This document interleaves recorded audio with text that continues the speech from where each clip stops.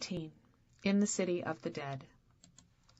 The main entrance to Père Lachaise Cemetery turned out to feature everything you might expect from a border between two worlds, a grand and arching semicircle of marble wall, ornamental black chains strung from stubby stone post to stubby stone post on either side of the entrance path, massive gates between a pair of slightly tombstone-shaped plinths decorated with carved torches and carved wreaths and carved hourglasses and carved quotations in languages Maya vaguely recognized but could not read. Maya and Valko and Pauline stood there for a moment, shivering a little in the fading sunlight, even though they had made special efforts to dress in layer upon layer of their warmest clothes. Spes illorum immortalitate plena est, said Pauline finally, with a frown. Maya and Valko turned to stare at her, but she had not just been possessed, slightly ahead of schedule, by demons. Pauline, of course, was in the track at school where the kids study classical languages instead of trades and technology. She was quoting the Latin from the gates. Their hope is full of immortality, Pauline said again in French, once she noticed the blank faces turned her way. Well, our job is to dash these hopes, no? No immortality for your wicked and shadow-shaped fourquois, Maya. No! Ha ha ha! She could be a little frightening sometimes, that Pauline. She had her violin case strapped over her shoulder. Her hair was squidging out fiercely from under her hood. Any person looking at her from afar would have thought this was a sweet little girl with an artistic soul, rather than the miniature angel of death she showed some signs of wanting to be. Only the kind of immortality you get from eating the hearts of my friends, said Valko, squaring his shoulders. That's the kind I'm totally against. Let's go in, said Maya. If they stood there waiting one more minute, the last drops of her courage were going to seep out through the soles of her feet and be gone. You will destroy him, said Pauline cheerfully. He will be squashed to smithereens by you. I look forward to it. Maya lowered her head against the cold and led them in through the gates. They were 3 kids sent by their professeur de musique to look for Chopin's tomb. That was their line. But the man in the little office to the left of the gates didn't ask them what they were up to, just handed them a map and tucked his chin back into his woolen muffler. It was a cold afternoon, and atmospheric wisps of mist had begun to gather in the tree branches farther away. Straight ahead, said Maya. She was checking the beautiful old map against the bright new one. Along this main street here, and then there should be stairs, I think, up the hill on the right. Her voice petered out, swallowed whole by the cold, still air. One of her mother's guidebooks had called Père Lachaise Cemetery a necropolis, which means a city for the dead. And the path they were on really did feel like a street, a broad, empty boulevard through some town in a universe far away. The tombs stood like elegant small houses on either side, with cold-looking trees in between them. They even had sidewalks. Why did the dead need sidewalks? Valko was walking close enough by her side that his jacket kept rustling against her arm. He didn't like cemeteries, Maya suddenly remembered. It was inconsistent with his basically scientific view of the world, but inconsistency is what makes people people, not just clever machines soaked in salt water.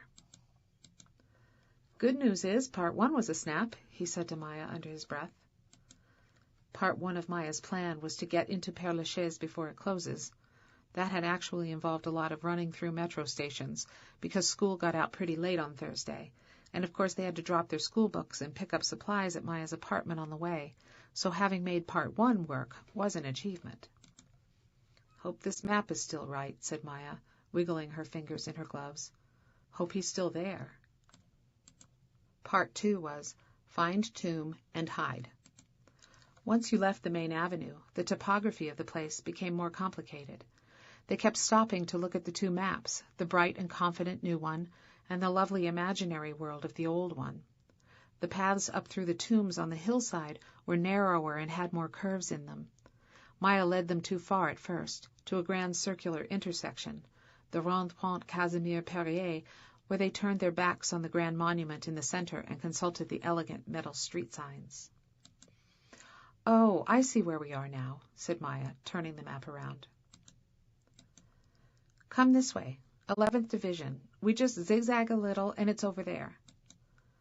"Hiding's going to be easy," said Valco, looking around. "I was worried down there by the entrance, but this is like a jungle practically." The graves in this section were old, their cupids and urns worn down by year after year of rain and snow and human neglect.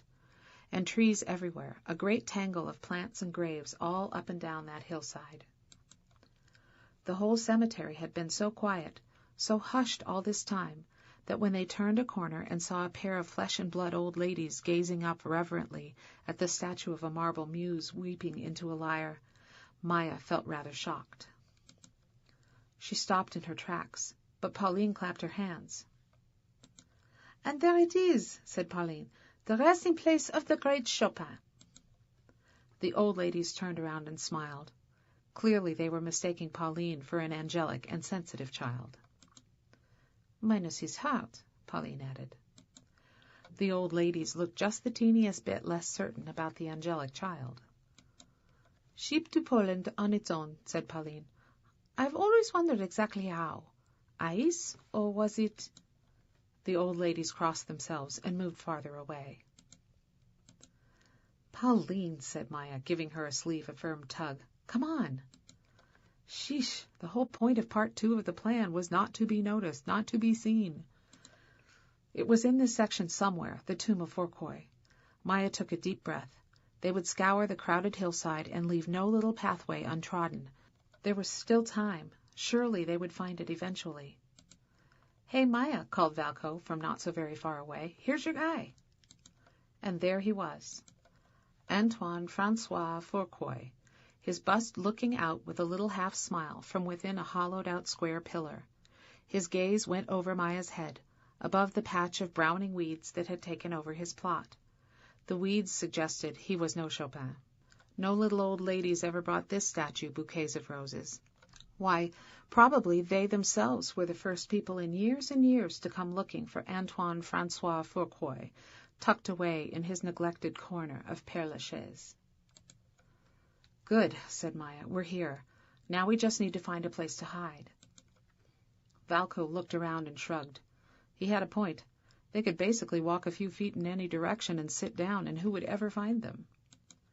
So they did what heroes on a life-and-death adventure so frequently do.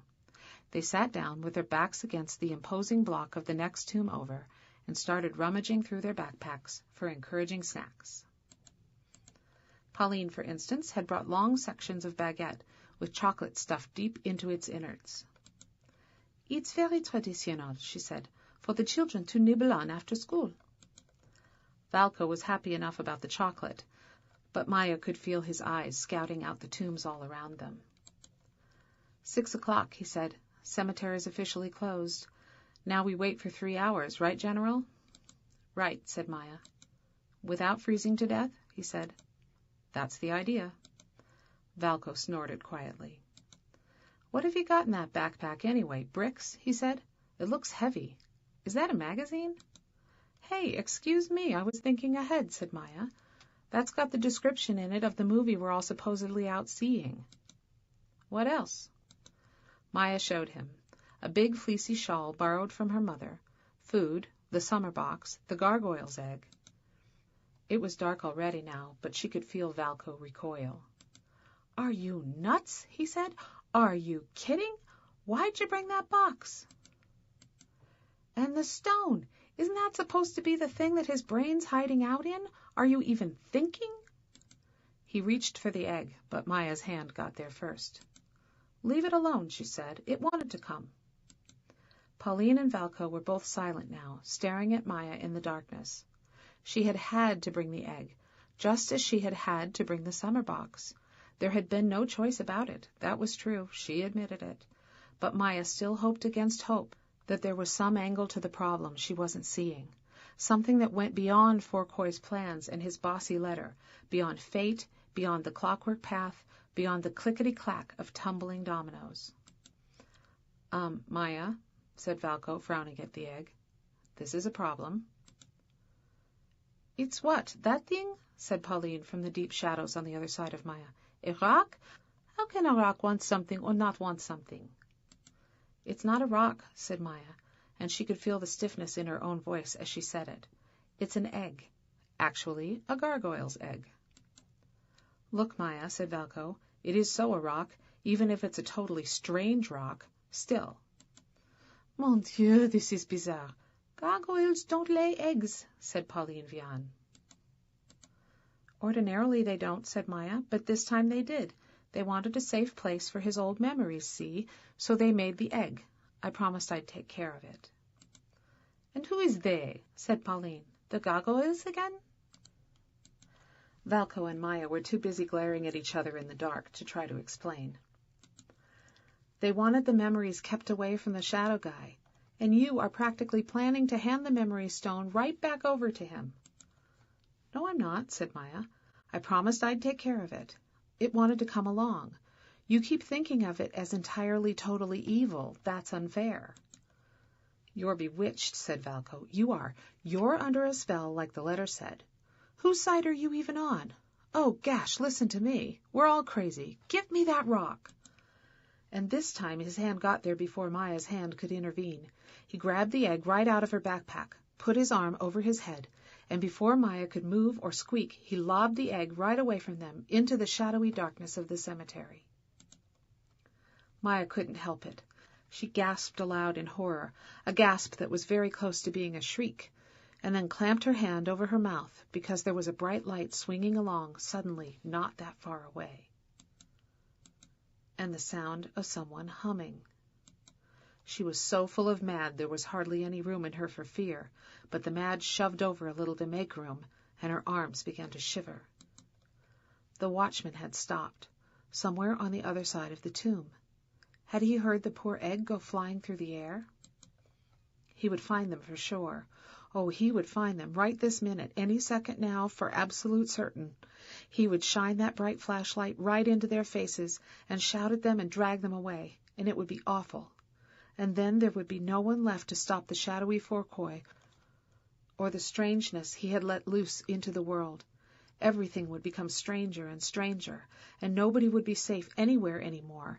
Nobody's mother or brother or tiny, still completely unknown little bean.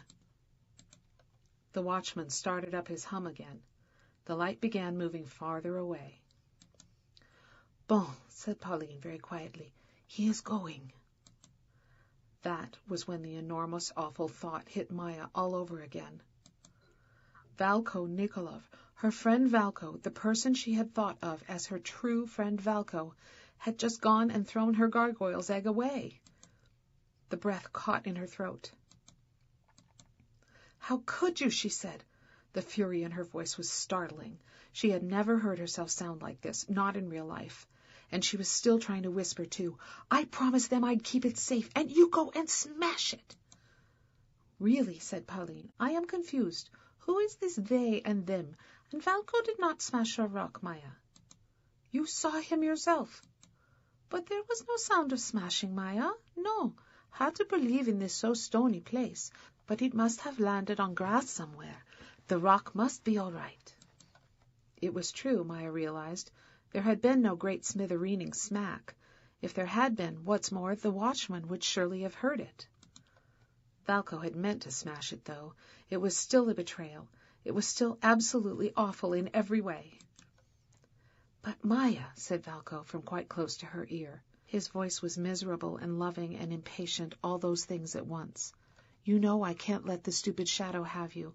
What kind of friend would I be? I'm telling you, no way."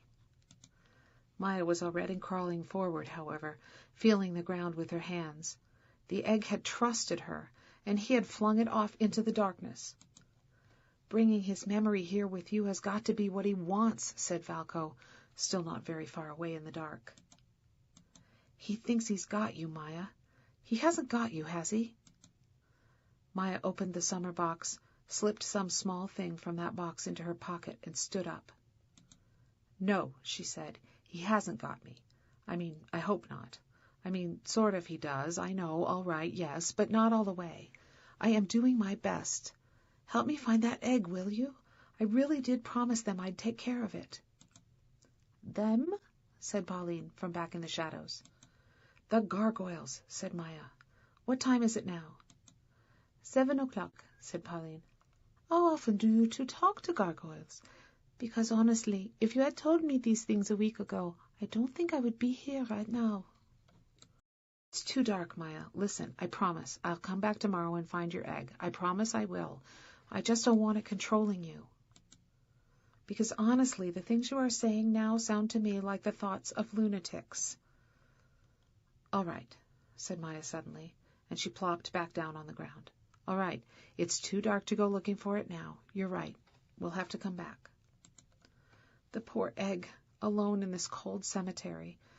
She had to push that thought out of her way in order to stay focused. She was in danger of losing her focus. She was forgetting the next steps in the plan. "So we wait a little while longer," said Maya, pulling herself together, "and then, around 8:30 or so, maybe a little after, you start to play that piece, right, Pauline? If your fingers can still move at all." Pauline made a cold but willing sound. "And here's the important thing," Maya went on. "As soon as the shadow appears, I want you over here behind this big tomb. You stay hidden, both of you. Got that? You guys stay safe. The four-koi business is up to me." Said Valko. "I'm serious," said Maya. "I'm the one he wants. That means I'm the one he'll have to listen to. Don't distract him. And Pauline's younger than we are." "Chronological age," said Pauline with a sniff. "Exactly," said Maya, paying no attention whatsoever to the sniff. "We're responsible for keeping you safe, that's all. As much as possible, anyway." It grew colder. The mist thickened. They huddled behind the tomb and regretted everything that had brought them to Père Lachaise at night at the end of November. When their misery became very large indeed, Valko checked his watch again and said it was well after 8. Pauline popped the latches of her violin case. "It's not going to sound very nice," she said, her voice a little doubtful in the cold dark. "My fingers are stiff like icicles." "It will be fine," said Maya. Pauline was attaching the shoulder rest and fixing her bow. Too cold," she said. "Do you think it will still work if I do the playing with my gloves on?" "Brr," said Valko. "I say go ahead and give it a try." "And the gardien, will he come back?" "He's hiding away in his warm office," said Maya, "drinking cocoa probably." Pauline shot one of her spear-like gazes in Maya's direction. "You know this is folly, what we are doing," she said. "Madness and all that."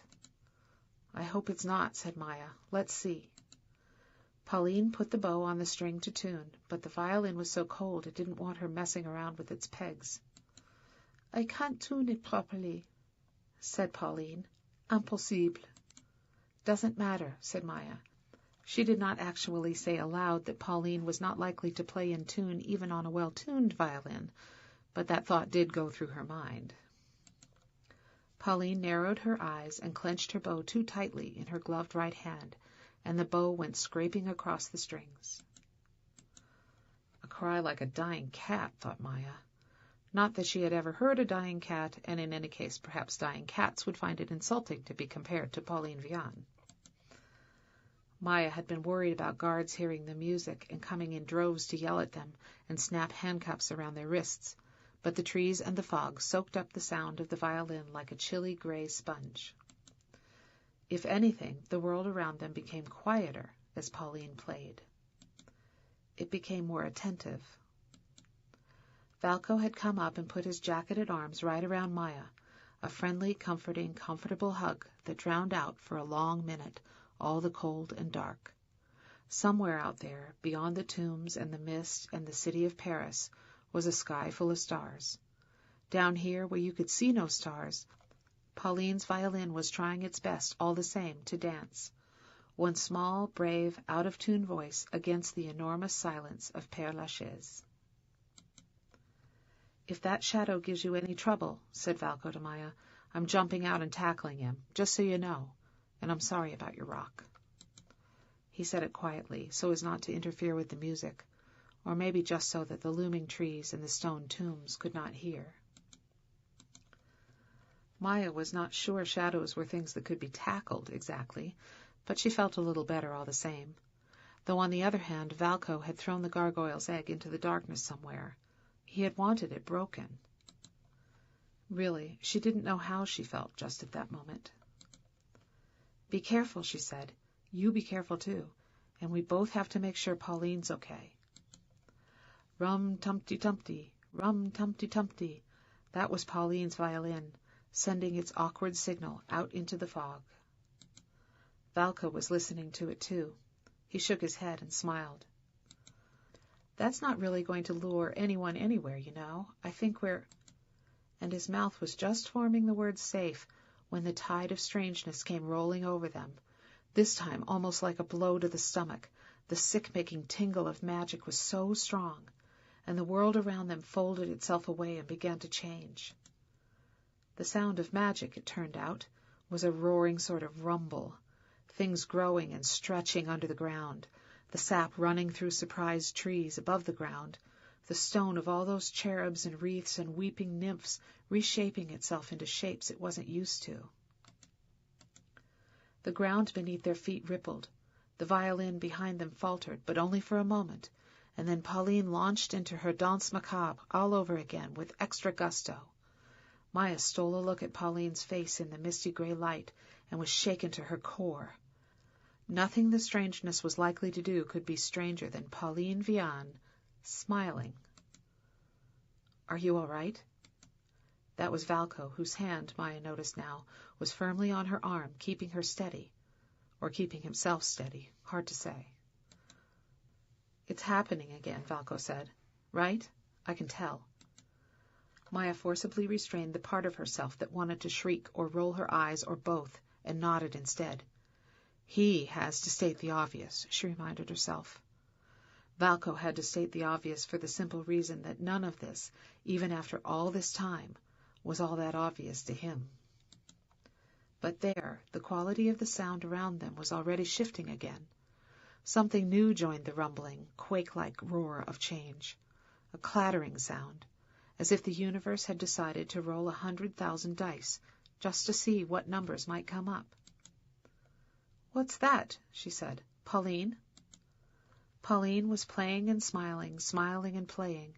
Her smile was quite visible through the mist and the gloom. "Pauline?" said Maya. "I think it works," cried the indeed quite scary, wildly smiling Pauline, while her gloved fingers flew up and down the neck of her instrument, and her bow scraped tunelessly away. "Aha! Look, do you see? It's my grand début." The dice, or whatever they were, rattled. Valko made a distressed sound in the back of his throat. Up until now, Maya realized, he had been doing all right because the town of overgrown tombs had been, until this minute, so much like a town that the whole purpose of a cemetery had probably slipped to the side of his mind. But here's the thing. A cemetery is a place full of people who were once alive and now are not. There's another word for most of them, and that word is bones. Suddenly they were gathering all around, the bones, gathering in little clattery heaps. They were swaying a little, those heaps, in rhythm with Pauline's vigorous, out-of-tune violin. You could hear them in the dark and the gloom, more than you could see them, but you could tell they were there. And that was enough. That was enough to make even Maya feel colder than cold. Until that moment it had been dark, but not exceedingly so, because when mist settles in a place, the last of the daylight wanders around in the fog for a while and gets itself lost, and that makes everything dim without being pitch black. A misty night is not dark the way a moonless night can be. But the true darkness was beginning to come seeping into the mist. It puddled at the feet of nearby monuments and thickened menacingly in the middle of those twitching, dancing bones. The little hairs on the back of Maya's neck told her first, and then her ears, picking up a still faint leafy rustle, confirmed it. "Quick," said Maya to Valko, "back behind the tomb. We don't want him to know you're here." Valko hesitated, but Maya was ready to be tough. "Go, go, go!" She gave him an urgent little push just to get him moving. "And you have to yank Pauline out of sight as soon as the shadow's really here. Valko, go! You can't leap out and tackle him, can you, if he already knows you're here?" Even if he had thrown the gargoyle's egg away, Valko was still one of the people in the world that Maya most wanted safe. Oh, that was still true. The cemetery felt larger and darker and colder once Valco had crept back to the hiding spot behind Fourcoy's odd telephone booth of a tomb. The twitchy, clattering bones seemed to have found the pulse of the music now. They had leaped into the air. They were truly dancing. Pauline and her wild smile were obscured a little by the dancing bones, as if she had been hidden in a cloud of chattering, clattering bees. The air was full of the roar of the world being twisted, warped, remade, undone. And the roar wouldn't go away. It just got louder and deeper and more terrifying. Something very bad was happening down the slope from Fourcoy's tomb. There was an awful cracking, slurping sound, as if the earth had started swallowing up whole trees, and the ground was shaking under Maya's feet, shaking harder and harder and harder. Something was coming, and as it came, the world fell into chaos all around it. Valco said something, but his voice was very, very far away. Yes, there it was, shade and leaf meal picking its way up the hill, a more human shape to the shadow now, and 2 gleams of purple where his eyes should have been. In fact, it could almost be said to be walking, that shadow. It was striding along the little path that wandered up from Chopin's Weeping Muse, and its footsteps were jerking along almost in rhythm, Maya noticed now, with the violin's untamed, rough-edged dance. But with every step it took, the path behind it fell into darkness that was darker than any night had any right to be, and the earth around it bubbled and boiled, tombstones and all, churned and boiled and gave itself over to darkness. It was maybe the end of the world. That was one thing that Maya was thinking as she stood tall, in the face of all that boiling, heaving dark, to meet the shadow approaching. The other thought, however, was, it actually worked. They had really managed to lure him here, to the family tomb of the Fourcoys. It had really, truly worked. And then the shadow opened its own mouth, a small puddle of darker darkness in its shadowy face, and it said in a raspy, shadowy, triumphant sort of voice, "Well done."